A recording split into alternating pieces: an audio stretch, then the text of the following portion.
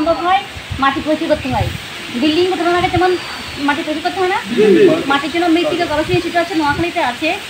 যদি এটার দাম বেশি না, এটা আমাদেরকে ওদের প্রকল্প থেকে দেওয়া হয়েছে, হয়তো বা হাইস্ট 1000 বা 2000 টাকার মতো হতে পারে। ঘাসটাকে যদি ভালো, কালকে রাস্তায় বলছিল যে ওনার ঘাসটা কেন লাল হয়ে যায়, অবশ্যই আপনার মাটি ওই ঘাসের জন্য উপযুক্ত কিনা আপনাকে অবশ্যই পিএইচ মিটার ডিটারমাইন করে আপনাকে ঘাসটা বপন করতে হবে। ঠিক আছে, যদি পিএইচ মিটার যদি ভালো না হয়, আপনি কিন্তু ওই ঘাসটাকে আপনি নেকড়ে বা পাড়া অথবা যে কোনো ঘাসটা আপনি বপন করতে পারবেন না। এবং আপনাদের প্রত্যেকটা ঘাসের জন্য কত পিএইচ লাগবে আপনাদের বইগুলোতে দেওয়া আছে। ঠিক আছে, কারণ ওখানে প্রত্যেকটা ঘাসের অনেক সুন্দর একটা গণনা দেওয়া আছে। ঠিক আছে, আমি গতকালকে বলছিলাম যে ঘাস যখন বপন করতে হয় কীভাবে করতে হয়, সবচেয়ে ভালো কোনটা?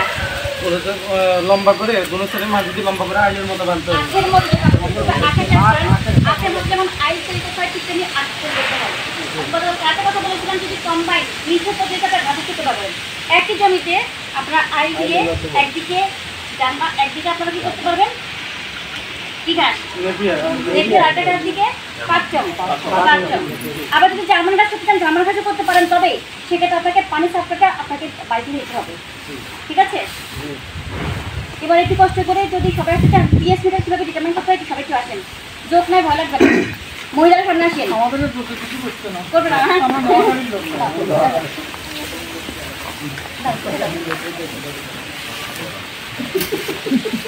ভাই দেখেন, দেখো দেখো এই দেখেন আমাদের রিডিংটা বাড়ির দেখো যখন বলা হবে সেই মানে আমরা কিন্তু নেটওয়ার্কে করতে পারবো।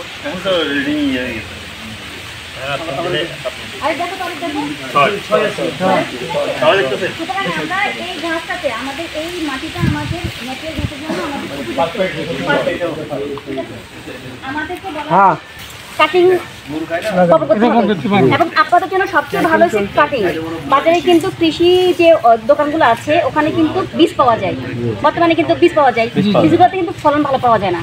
ঠিক আছে, কারণ আমার করতে হবে, আমি যেহেতু এতগুলো সার দিব, আমি অন্তত প্রতি বছর 5 থেকে 6 বছর আমি কাটিং পেয়ে থাকি, এই জন্য যেন ফলন পেয়ে থাকি।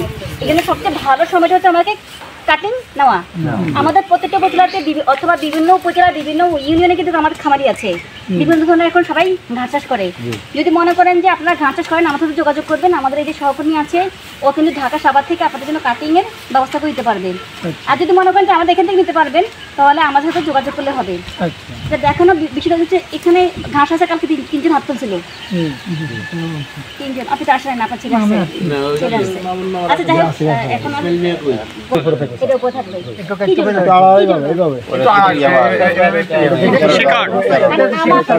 কি 45 ডিগ্রি অ্যাঙ্গেলে আমাদের করতে হবে।